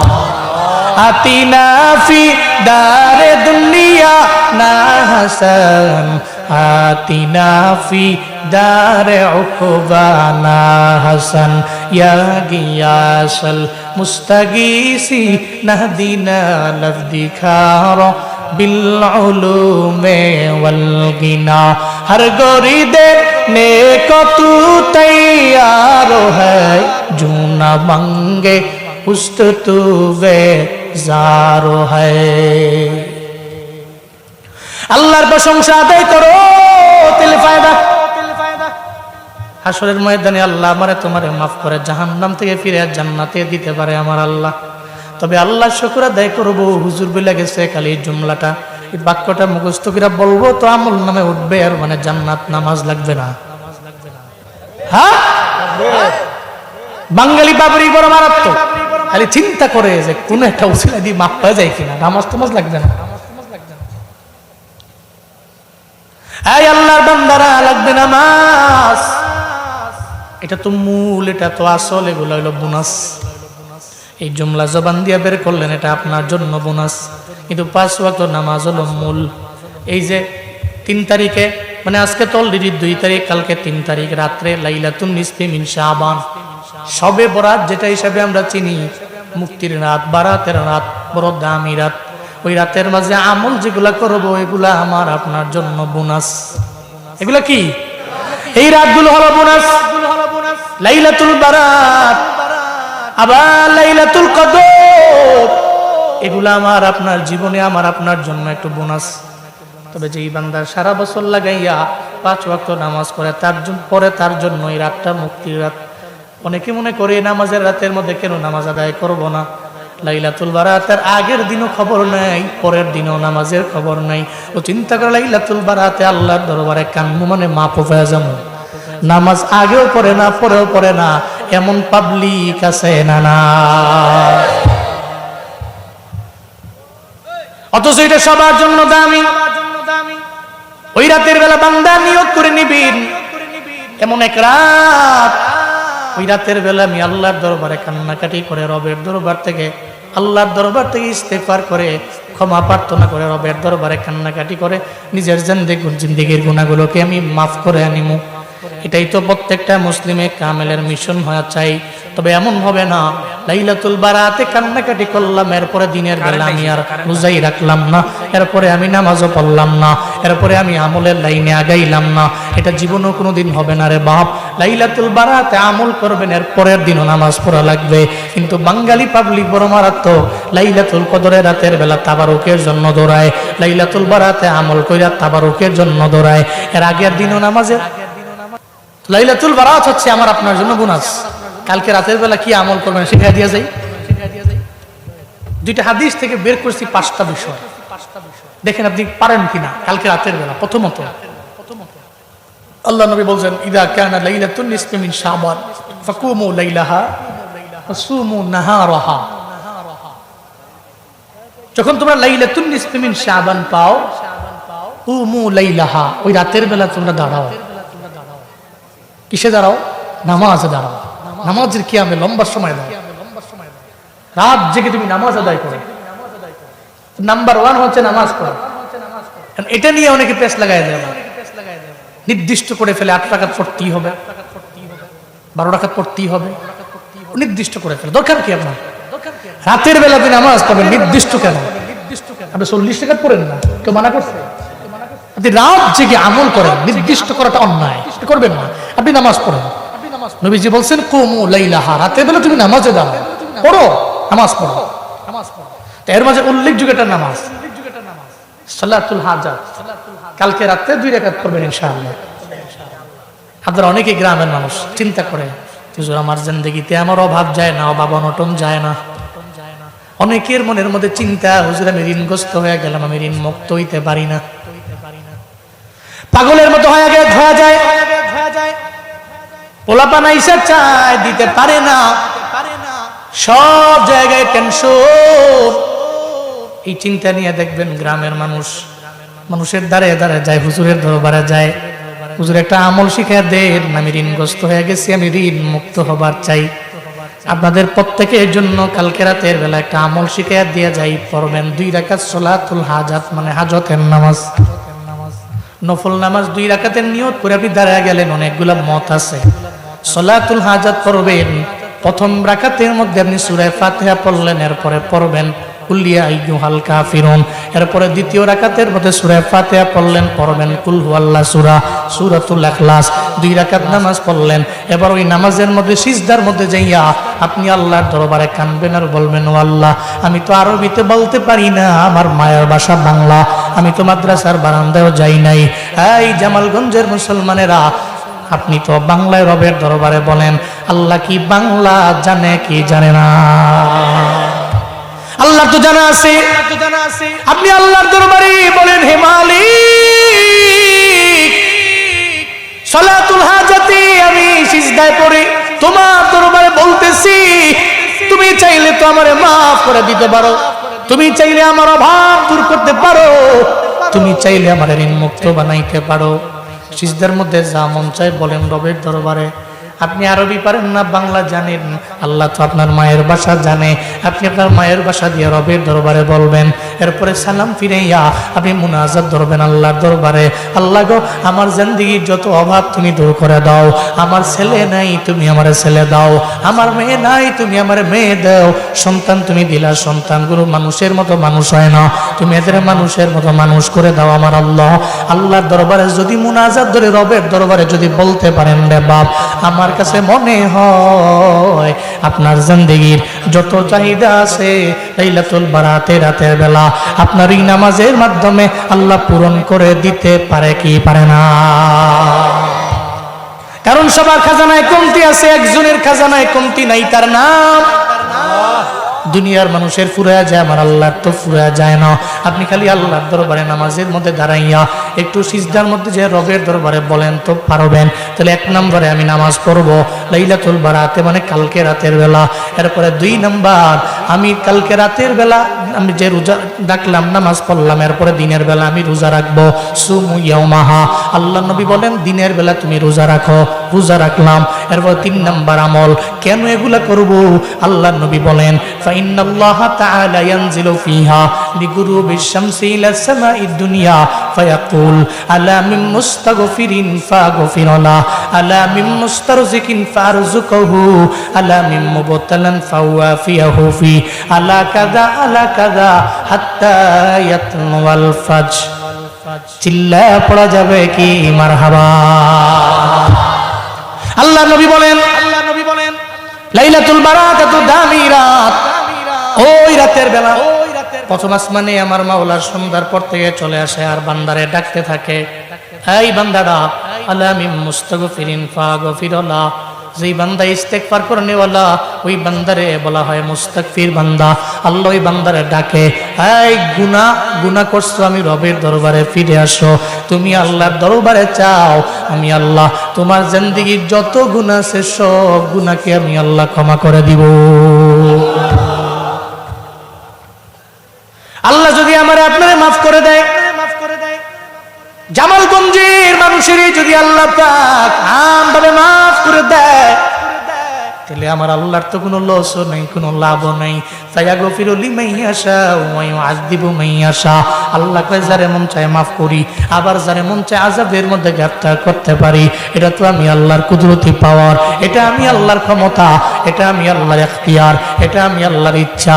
তাহলে আপনি আল্লাহর দরবারে ইস্তিগফার করলে আমার আল্লাহ আপনারে ক্ষমা করে দিতে পারে কি পারে না? জোরে বলেন পারে কি পারে না? আল্লাহ শুধু ইস্তিগফারের মাধ্যমে শুধু ক্ষমা না, ইস্তিগফারের মাধ্যমে আল্লাহ আপনাকে মুস্তাজাবুদ দাওয়াও বানিয়ে দিতে পারে। আপনি আল্লাহর দরবারে যা দোয়া করবেন আমার আল্লাহ কবুল করে নিতে দেরি করবে না। হযরত ইমাম আহমদ ইবনে হাম্বল, জগৎ বিখ্যাত একজন ইমাম, ইমাম আবু হানিফা, ইমাম শাফিঈ, ইমাম আহমদ ইবনে হাম্বল, ইমাম মালিক, হাম্বলি মাযহাবের প্রতিষ্ঠাতা ইমাম আহমদ ইবনে হাম্বল মুরব্বী হয়ে গেছেন, বয়স হয়ে গেছে, বুড়া হয়ে গেছে। ওই সময় হাদিস সংগ্রহ করার জন্য দেশ থেকে দেশান্তরে উনি যায়। আহমদ ইবনে হাম্বল বের হয়ে গেলেন, অনেক দূর চলে গেলেন, দিন পার হয়ে রাত চলে আসলো। এশার নামাজের আজান হয়ে গেল, নামাজ পড়ার জন্য মসজিদের মধ্যে ঢুকলেন। এশার নামাজ উনি আদায় করলেন, এশার নামাজ আদায় করে মসজিদের মধ্যে উনি শুয়ে পড়লেন।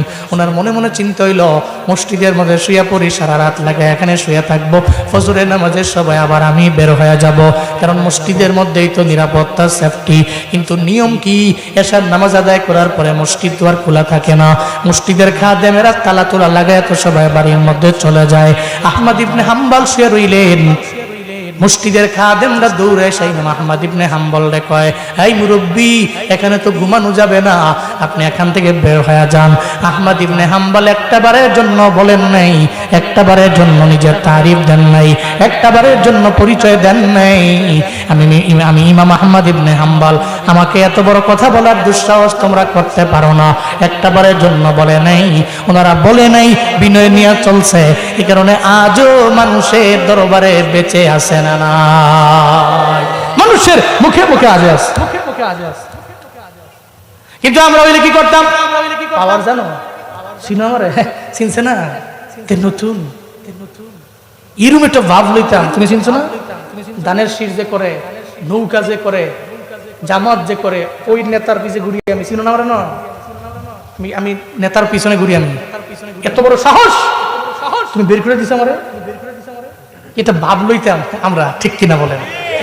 আহমদ ইবনে হাম্বল তো বলতে পারতেন জগৎ বিখ্যাত একজন ইমাম, আমি বড় আলেম, আমি আমার মসজিদ থেকে বের করতে পারবো না, আমি মসজিদেই থাকবো না।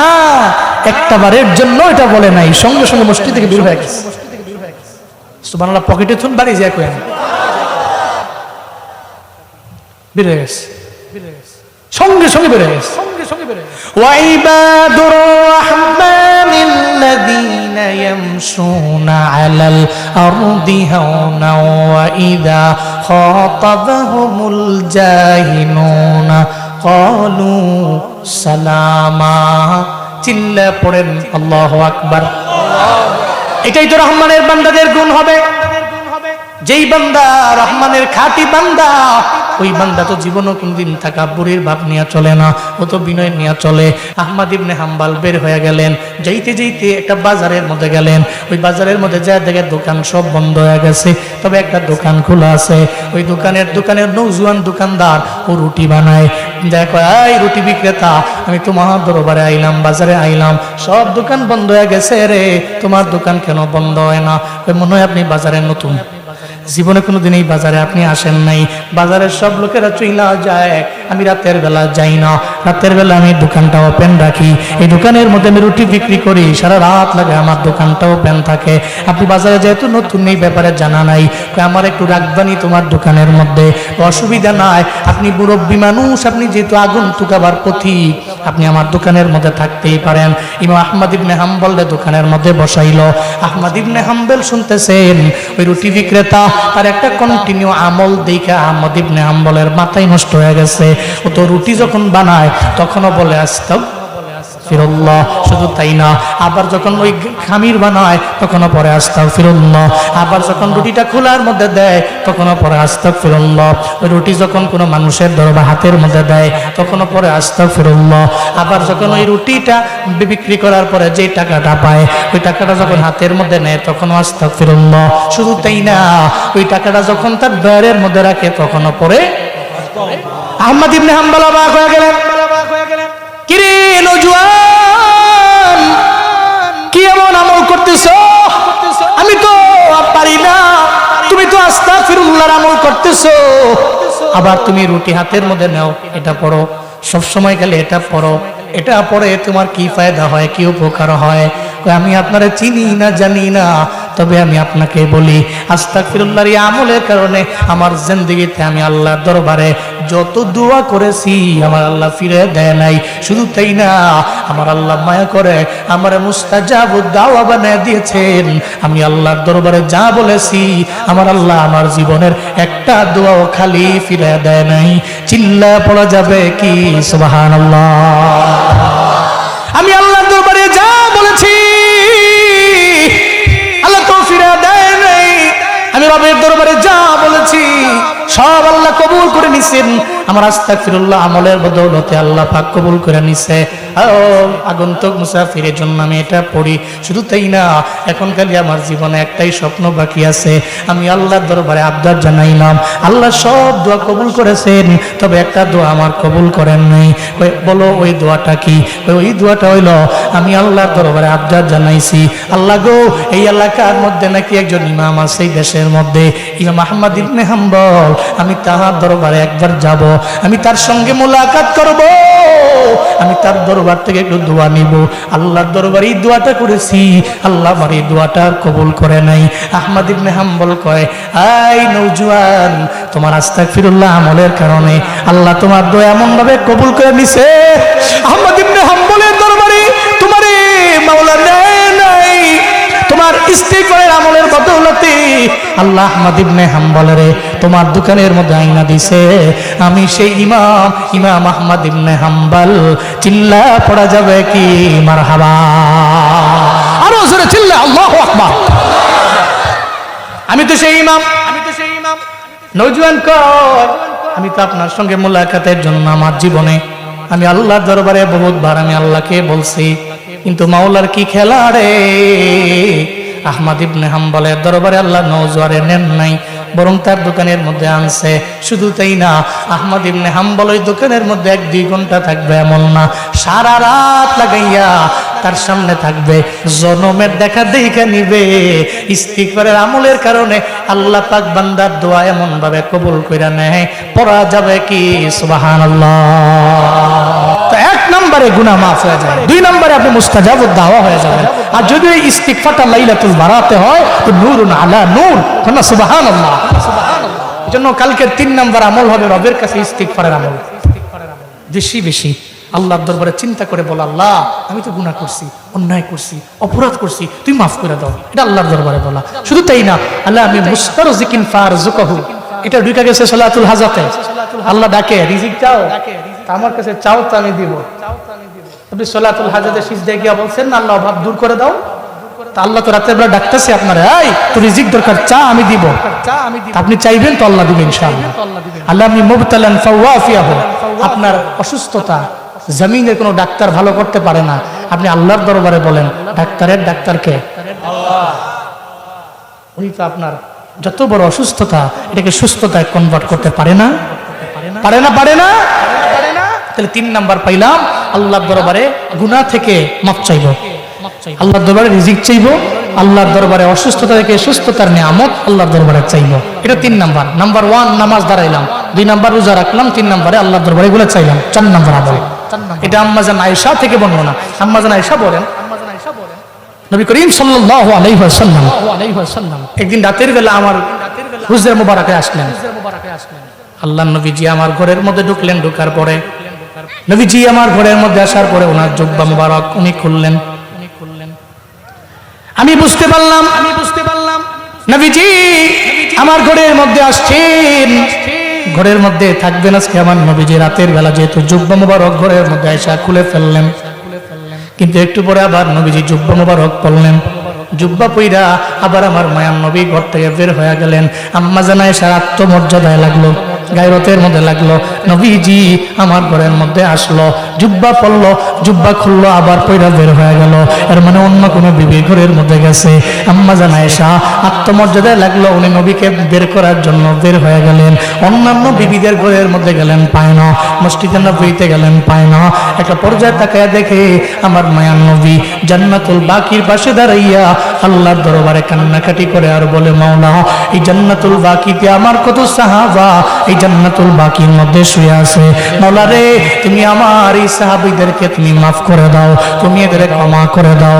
আম্মা জান আয়েশা করে, এই দুনিয়ার মানুষেরা, এই দুনিয়ার মানুষেরা, নবীজি জান্নাতুল বাকির পাশে দাঁড়াইয়া রাতের বেলা আমার ঘর থেকে বের হয়ে যে রাতের বেলা দোয়া করলো, ওই রাত ছিল লাইলাতুল বারাত। এর মানে লাইলাতুল নিসফি মিন শাবান, বরাতের রাত পড়া যাবে কি মারহাবা। আল্লাহ নবী যেদিন আল্লাহর কাছে দোয়া করছেন, জান্নাতুল বাকির পাশে গিয়া দাঁড়াইয়া, ওই রাতটা ছিল লাইলাতুল বারাতের রাত। নবী তো একা একা গেছেন, সবাই রে নিয়ে যান নাই। শুধু তাই না রে বাপ। এরপরে আম্মা জান আয়েশা পেছন দিয়া গেলেন। নবীজি বললেন, আয়েশা রে তুমি মনে করছো আল্লাহ এবং রাসূল তোমার প্রতি কোনো অবিচার করবে? তোমার স্বামী তোমার প্রতি অবিচার করবে? ঘরের মধ্যে গেছি, আবার আমি বের হয়ে গেছি, তুমি মনে করছো অন্য একটা বিবির ঘরের মধ্যে আমি চলে যাব? আম্মা জান আয়েশা বলেন, হ্যাঁ নবী, হ্যাঁ, এটা স্বাভাবিক ব্যাপার। আমার আত্মমর্যাদায় লাগলো, আমি মনে করছি আজকে রাতের বেলা আমি নবীরে পামো। কিন্তু আমার নবী জুব্বা খুইলা আবার জুব্বা পরিধান কইরা চলে গেলেন আমার ঘর থেকে বের হয়ে। এই জন্য আমি আপনাকে দেখার জন্য চলে আসলাম। আমার নবী কয়, না রে আয়েশা, রাতের বেলা আমি আসলাম এই কারণে আমার সাহাবায়ে কেরামদের জন্য রবের দরবারে দোয়া করলাম। আমি আল্লাহর দরবারে বললাম, এদের মাগফিরাতের জন্য রবের দরবারে দোয়া করছি। ও আয়েশা, তোমার জানা নাই এই রাত এত ভালো রাত, এই রাত এত মহিমান্বিত রাত। এই রাতের বেলা আল্লাহ পাক জমিনের মানুষগুলোরে এমন ভাবে মাফ করে দেয়। নবী বুঝাইতে যায়, কয় আয়েশা রে, আমার এলাকার মধ্যে বনু কালব নামক একটা গোত্র আছে। ওই গোত্রের লোকদের প্রত্যেকের কাছে বকরির পাল আছে। একটা দুইটা বকরি এমন না, হাজার হাজার বকরি এরা লালন পালন করে। ওই বকরির মধ্যে যতগুলো পশম আছে, যতগুলা পশম আছে, ওই পশম তো জীবনে কোনোদিন কোনো মানুষ গণনা করে শেষ করতে পারবে না। ওই বকরিগুলোর মধ্যে যতগুলা পশম আছে, ওই পরিমাণ লোকদের, ওই পরিমাণ বান্দাগুলোরে লাইলাতুল বারাতে আমার আল্লাহ মাফ করে দিবে। ইয়া ইলাহি তো মেরা গফফার হ্যায়, ইয়া ইলাহি তো মেরা সত্তার হ্যায়, এ খুদায়ে মেরে সাত্তারুল উয়ুব, মেরে মৌলা মেরে গফফারুদ যুনুব। আম্মা জান আয়েশাকে নবী ডাক দিয়ে বলে, আয়েশা, এই রাতে আমি আল্লাহর দরবারে বলতেছি, কারণ এই রাত বড় দামি রাত, বড় মহিমান্বিত রাত, বড় দামি রাত। এই কারণে আমি একা একা আইলাম, সাহাবায়ে কেরামরে আমি আনি নেই, একা একা আমি জান্নাতুল বাকি বাসে আইলাম। প্রত্যেকের জন্য 4 নাম্বার আমল। এই ময়দানে বহু মানুষ আছে রে, যেই মানুষের মা নাই, বাবা নাই, মা বাবা হারাইয়া এরা বড় বেকুলের মতো হয়ে গেছে, পাগলের মতো হয়ে যায়। এই ময়দানে বহু মুরব্বী আছে, আব্বা আমার বয়ান শুনলে চোখ দিয়া গড়ায় গড়ায় পানি পড়ে। ঈদের দিনেও মুরব্বীটা কান্দে, রমজান মাসেও মুরব্বীটা কান্দে, লাইলাতুল বারাতেও কান্দে। দামি দামি যত অনুষ্ঠান আসে ওই সময় মায়ের কথা মনে পড়ে, আব্বার কথা মনে পড়ে যায়। চিন্তা করে নেয় যে মা আমার গর্বের মধ্যে নিল, আজকে খুশির দিনে মায় থাকলে কি পরিমাণে মা আনন্দিত হয়ে যাইতো। বহু ধনী আমার সামনে এসে চোখের পানি ফেলায় কান্না করে, হুজুর একটা সময় আমি গরিব ছিলাম, আল্লাহ আমার ধনী বানাইছেন। একটা সময় আমি মায়ের দরবারে কোনো ফল নিয়ে যাইতে পারি নাই, আমি মারে খাওয়াইতে পারি নাই। আজকে আমার কপাল কত ভালো হয়ে গেছে, আমি ধনী হয়ে গেলাম। এখন চাইলেই মাকে বিভিন্ন ফ্রুট আইনে আমি খাওয়াইতে পারি, কিন্তু আমার কপাল এত পরিমাণে খারাপ, আমি চাইলেও তো মারে খাওয়াইতে পারি না, আমি চাইলেও তো আমার আব্বারে আমি খাওয়াইতে পারি না। আপনাদের প্রত্যেকের জন্য একটা আমল আছে, আপনি কালকে রাতের বেলা সবাইরে নিয়ে আনা ইনফেরাদি আপনার মায়ের কবরের পাশে যাবেন। আপনি তো মারে খাওয়াইতে পারেন না, আপনি তো মারে ফল দিতে পারবেন না, আপনি তোমার কবরের টাকা দিতে পারবেন না, আপনি তোমার কবর থেকে বের করে আইনা একটা দামি বাড়ির মধ্যে মাকে আপনি লালন পালন করতে পারবেন না। এটা আপনার দ্বারা জীবনও সম্ভব হবে না রে বাপ। যেহেতু সম্ভব নাই, তাহলে মায় তো আপনার দরবারে টাকা চায় না, বাড়ি চায় না, গাড়ি চায় না, মা তো এতটুকু চায় সন্তানটা লাইলাতুল বারাতে আমি মায়ের কবরের পাশে এসে একটু দাঁড়াক, একটু আমি মায়ের কবরের পাশে দাঁড়াইয়া আমার জন্য মাগফিরাতের দোয়া করো। এই আব্বা আম্মা হারানো সন্তানেরা যদি কালকে রাতের বেলা আপনি সবাইরে ডাইকে আনা, বরং একা যাবেন ইনফেরাদি, কারণ নবীজি সবাইরে নিয়ে যান নাই, নবীজি একাই তো গেলেন, রাতের বেলা গেলেন, সাহাবায়ে কেরাম নেন নাই, ইনফেরাদি গেলেন। ইজতেমাই না, আপনি সবাইরে নিয়ে আনা, একা একা মা বাবার আপনার আত্মীয় স্বজনের কবরের সামনে গিয়ে দাঁড়াইয়া আপনি ওখানে আল্লাহর দরবারে আবদার জানাবেন, মাওলারে যেই মা আমারে গর্বে নিয়েছেন, যেই মা আমার জন্য বালতি বড় রক্ত মা আমার জন্য ঝরাইছেন, যেই মা আমার 2টা বছর দুধ খাওয়াইছেন, মাওলারে আজকে তো মাকে আমি কিছু দিতে পারি না, তবে মায়ের জন্য তোমার দরবারে আমি আবদার জানাই, মাওলা আমার মায়ের কবর জান্নাত বানায় দাও। লাইলাতুল বারাতে রাতের বেলা আব্বা আমার কবরের পাশে গিয়ে দাঁড়াইয়া সন্তান যদি আল্লাহর দরবারে আবদার জানায়, আল্লাহ গো আমার মায়ের বাবার কবর তুমি জান্নাত বানায় দাও। এমনও তো হতে পারে সন্তানের দোয়ার বদৌলতে আল্লাহ মা বাবার কবর জান্নাত বানাইতে পারে, কি বানে না? আল্লাহ তো জান্নাত বানাতে পারে। আপনার জন্য 4 নাম্বার আমল, আপনি আব্বা আম্মার কবরের পাশে যাবেন, আপনার দাদা নাই দাদি নাই এদের কবরের পাশে যাবেন, আপনার পারিবারিক যে কবরস্থানের পাশে গিয়ে দাঁড়াবেন, আপনি আবদার করবেন, মাওলা এই কবরে যারা আছে লাইলাতুল বারাত তো মুক্তির রাত, এই রাতে তুমি বহু মানুষের মাফ করে দাও, মাওলা তুমি এই রাতের বেলা তুমি এদের মাফ করে দাও, তুমি এদের ক্ষমা করে দাও। হতে পারে আপনার দোয়ার বদৌলতে, আপনি তো তার ছেলে, আপনার দোয়ার বদৌলতে আল্লাহ তার কবরটাকে জান্নাত বানাইতে পারে না? পারে না? পারে না? এরা আপনার কাছে এটাই আশা করে, এরা আপনার দরবারে টাকা চায় না, আপনার কাছে বাড়ি চায় না, আপনার কাছে গাড়ি আশা করে না, আপনার কাছ থেকে কয় না তুমি ফল ফুটে না আমার কবরে দিয়ে যাও। এরা চায় আপনি তার জন্য একটু মাগফিরাতের দোয়া করেন। আমরাও দোয়া করি, আল্লাহ যাদের আব্বা আম্মা নাই তুমি জান্নাত বানায় দাও, কবর জান্নাত বানায় দাও, পড়েন আমিন। তাহলে 4টা আমল পাইলেন। 5 নম্বরে গোসলের বিষয়ে এটা কথা আছে, শোনা আছে না? লাইলাতুল বরাতে রাতের বেলা সন্ধ্যার পরে গোসল করেন। আপনি গোসল করেন, যদি গোসল ফরজ হয়ে করবেন না, করবেন। পবিত্র হওয়া লাগবে না নাকি পবিত্র হওয়া ছাড়াই নামাজ দাঁড়াবেন? এত মহিমান্বিত রাত, দামি রাত, আপনি রাতের বেলা নামাজ পড়বেন, নফল নামাজ পড়বেন। এখন যদি আপনার গোসল ফরজ হয়, আপনি যদি অজু করে যান গা নামাজ পড়তে হইব নাকি? জিনার আওয়াজে মনে হইব জিনা জোরে কি তুইব? তো যদি না হয় তবে গোসল করতে হইব। কইরা গিয়ে আপনি নামাজ দাঁড়াবেন, স্বাভাবিক ব্যাপার।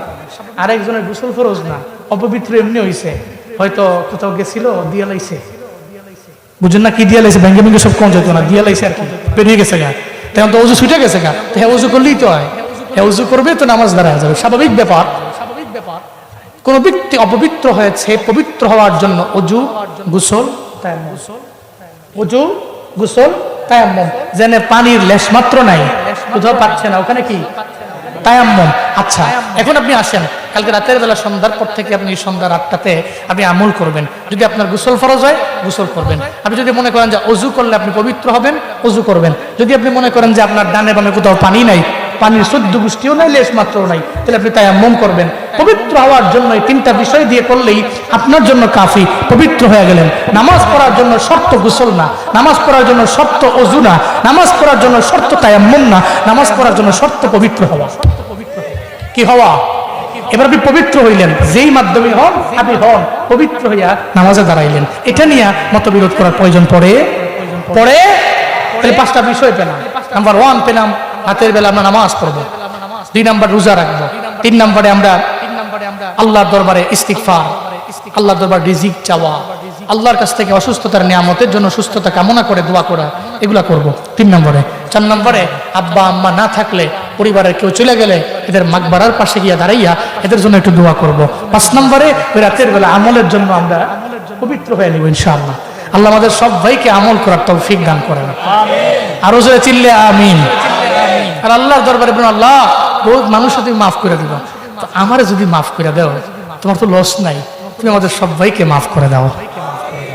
একেবারে বিনয় নিয়ে, একেবারে বিনয় চিত্তে, বিনয়াবনত হয়ে আপনি আল্লাহর দরবারে কন, আল্লাহ তো মালিক এমন, আপনি গুনাহ করছেন, উনি মাফ করতে পছন্দ করেন। সুবহানাল্লাহ পড়বেন না? আপনি খালি কইছেন তো আল্লাহ মাফ করে দিচ্ছেন, শেষ। আপনি একটু বিনয় নিয়ে